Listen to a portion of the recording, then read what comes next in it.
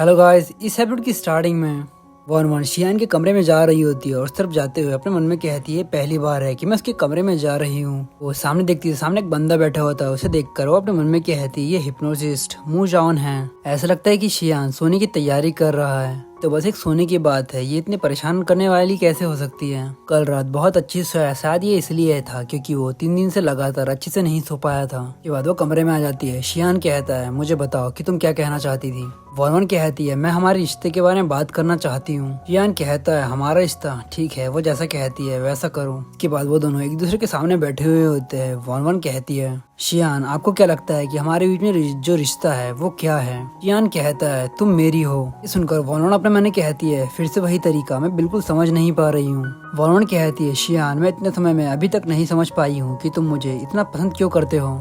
तुम अपने स्टेटस के साथ तुम अपनी पसंद की किसी भी लड़की को पा सकते हो, लेकिन आप एक मोटी लड़की या फिर एक हार्डकोर लड़की को पसंद करते हो। ऐसी कई सारी लड़कियां होगी जो आपकी रुचि के अनुसार आपके हिसाब से चलने के लिए तैयार हो जाएगी। इससे कोई फर्क नहीं पड़ता कि आपका क्या कारण है, कि हम पहले भी इस पर कुछ नहीं कर सके। तो क्या हम अपने रिश्ते को बेहतर बनाने के लिए, कैसे बदलने के लिए हमें इस पर कोशिश नहीं करनी चाहिए। तुम हमेशा इस बात पर गुस्सा रहते हो कि मैं तुम्हारे अगेंस्ट कैसे जा सकती हूँ। ऐसा इसलिए है क्योंकि कोई भी व्यक्ति अपने जीवन को अन्य व्यक्ति द्वारा नियंत्रित करने की अनुमति नहीं दे सकता। जितना अधिक तुम मुझ पर नियंत्रण करना और दबाव डालना चाहोगे, मैं उतने ही अधिक तुमसे दूर जाना चाहूंगी। जैसा कि लोग कहते हैं कि अगर खजूर को जबरदस्ती उगाया जाता है तो वो मीठा नहीं होता। आप निश्चित रूप से इस कहानी का अर्थ जानते हैं। शियान कहता है कौन कहता है कि मुझे मीठे खरबूज चाहिए। सुनकर वरुण अपने मन में कहती है मुझे इस पर कैसी प्रतिक्रिया देनी चाहिए। ऐसा लगता है कि बस तुम चाहते हो कि मैं तुम्हारी बन जाऊं। और जहाँ तक कि आपके अपनेपन की इच्छा की बात है तो ये तो बिल्कुल भी आपके लिए मायने नहीं रखता है।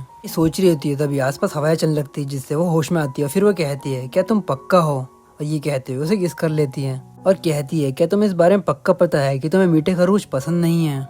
दरअसल मैं अपनी जिंदगी एक सामान्य लड़की की तरह जीना चाहती हूँ, जैसे कि पढ़ाई करना और डेट करना। मुझे लगता है कि तुम्हारे एक अच्छे स्टेटस के साथ और तुम्हारे एक गुड लुक के साथ मुझे लगता है कि हम एक अच्छी रिलेशनशिप में रह सकते हैं, मतलब एक नॉर्मल रिलेशनशिप में। मुझे बस थोड़ा समय दे दीजिए, मैं पक्का तुम्हारे वो मीठे खरबूज बन जाऊंगी। दरअसल मीठे खरबूज बहुत ही ज्यादा स्वादिष्ट होते हैं। मुझे लगता है कि पहले आपको इसे आजमाना चाहिए, वरना आपको ये कैसे पता चलेगा कि आपको ये पसंद है या फिर नहीं। तो फिर अपनी एक मासूम शक्ल बनाते हुए कहती है तो क्या सचमुच मुझे एक मौका नहीं दे सकते। मैं इस बार खुद को विकसित करने के लिए कड़ी मेहनत करने का वादा करती हूँ। निश्चित रूप से सक्रिय रहूंगी और आपके सिद्धांतों पर कायम रहूंगी। क्या ये ठीक है। तो ये कहते हुए एक क्यूट डॉगी की तरह एक्ट कर रही होती है। इस पर शियान भी पिघल जाता और कहता ठीक है। सुनते ही वरुण काफी खुश रहती है, कहती है क्या तुम सच में इस बात से सहमत हो। तो क्या फिर मैं अपने स्कूल वापस जा सकती हूँ और अपने स्कूल को दोबारा अटेंड कर सकती हूँ। शियान की परमिशन मिलने के बाद वॉन काफी खुश हो जाती है। शियान कहता है ठीक है तुम स्कूल जा सकती हो। ये वॉन उसके गालों पर चुम्मी दे देती है और कहती है थैंक यू। वहाँ से वापस जाते हुए कहती है ठीक है। मैं वापस जाती हूँ और अपने सामान को पैक करती हूँ। जब मेरे पास समय होगा तो मैं वापस आऊंगी और जिन गार्डन की देखभाल करूंगी। इस पर शियान कुछ नहीं कहता और चुपचाप रहता है। उसके जाने के बाद वो अपने गालों पर हाथ लगाता है। इसके बाद हमें वॉन को दिखाया जाता है जो अपने कमरे में होती है और अपने सामान को पैक कर रही होती है। और उसे पैक करते हुए वो कहती है मैंने सोचा था कि वो पहली बार में मुझसे एग्री नहीं करेगा। आखिरकार मुझे एक स्कूल के छात्रावास में रहना है। इसका मतलब ये है कि वो मुझे पिंजरे जैसी हवेली से बाहर जाने की इजाजत दे रहा है। वास्तव में मैंने ये कर दिया, ये बिल्कुल एक सपने की तरह है। क्यों आखिर मैं अपनी पिछली जिंदगी में उससे अच्छी तरह से बात करने के बारे में क्यों नहीं सोचा। यदि मैं उस समय को बदलने की कोशिश करती तो क्या उस समय वो अंत अलग होता। अभी उसका फोन रिंग करता है, वो शी मैंग की होती है। उनकी तरफ देखती है और कहती है शी मैंग की। वॉन कहती है हेलो। वो कहती है वॉन इतने समय तक तुमने मेरा फोन क्यों नहीं उठाया। आपके साथ वहाँ पर क्या हो रहा है। तुम मिस्टर गू के साथ वहाँ से क्यों नहीं चली गई। क्या तुम जानती हो मिस्टर गू को मनाने में मुझे कितनी मेहनत करनी पड़ी थी। वरुण कहती है हम अभी फोन पर बात नहीं करते, तो चलो कल स्कूल में इस बारे में बात करते हैं। सुनते ही शी मैंग की एक्सप्रेशन बदल जाते हैं और कहती स्कूल वापस जा रही हो। क्या मिस्टर शी ने तुम्हें नहीं चुना, यहाँ तक कि तुम्हें स्कूल वापस जाने की इजाजत भी दे दी। और अपने मन में कहती शियान ने अपनी खुद की आंखों से देखा था कि वो गू के साथ भागने वाली थी, उसे इस तरह से कैसे जाने दे सकता है। मैंगी कहती है क्या ऐसा इसलिए है कि मिस्टर शी को इसी तरह से ये गलत फहमी हो गई। उन्होंने तुम्हें मिस्टर गू के साथ देखा था, इसीलिए उन्होंने तुम्हें गुस्से में बाहर निकलने के लिए कह दिया।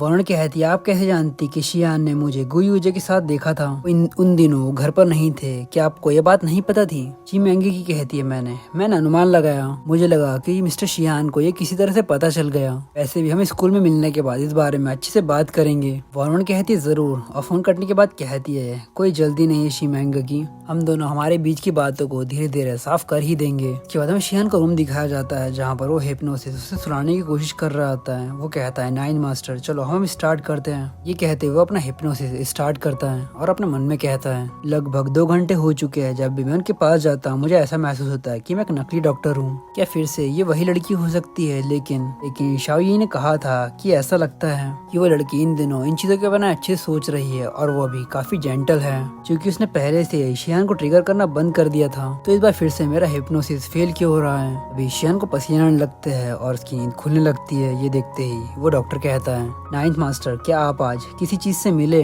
क्या वो मिस ही से संबंधित है? क्या आपको कुछ याद आया? अभी शियान अपनी आंखें खोल लेता है और उसके चेहरे पर साफ साफ गुस्सा दिख रहा होता है। ये देखते ही वो डॉक्टर अपने मन में कहता है वो उन चीजों को लेकर कुछ ज्यादा ही डिफेंसिव है। भले ही एक हिप्नोसिस कितना भी अच्छा हो अपने काम में लेकिन इस चीज का कोई फायदा नहीं होगा अगर मरीज उनका साथ नहीं देता है तो।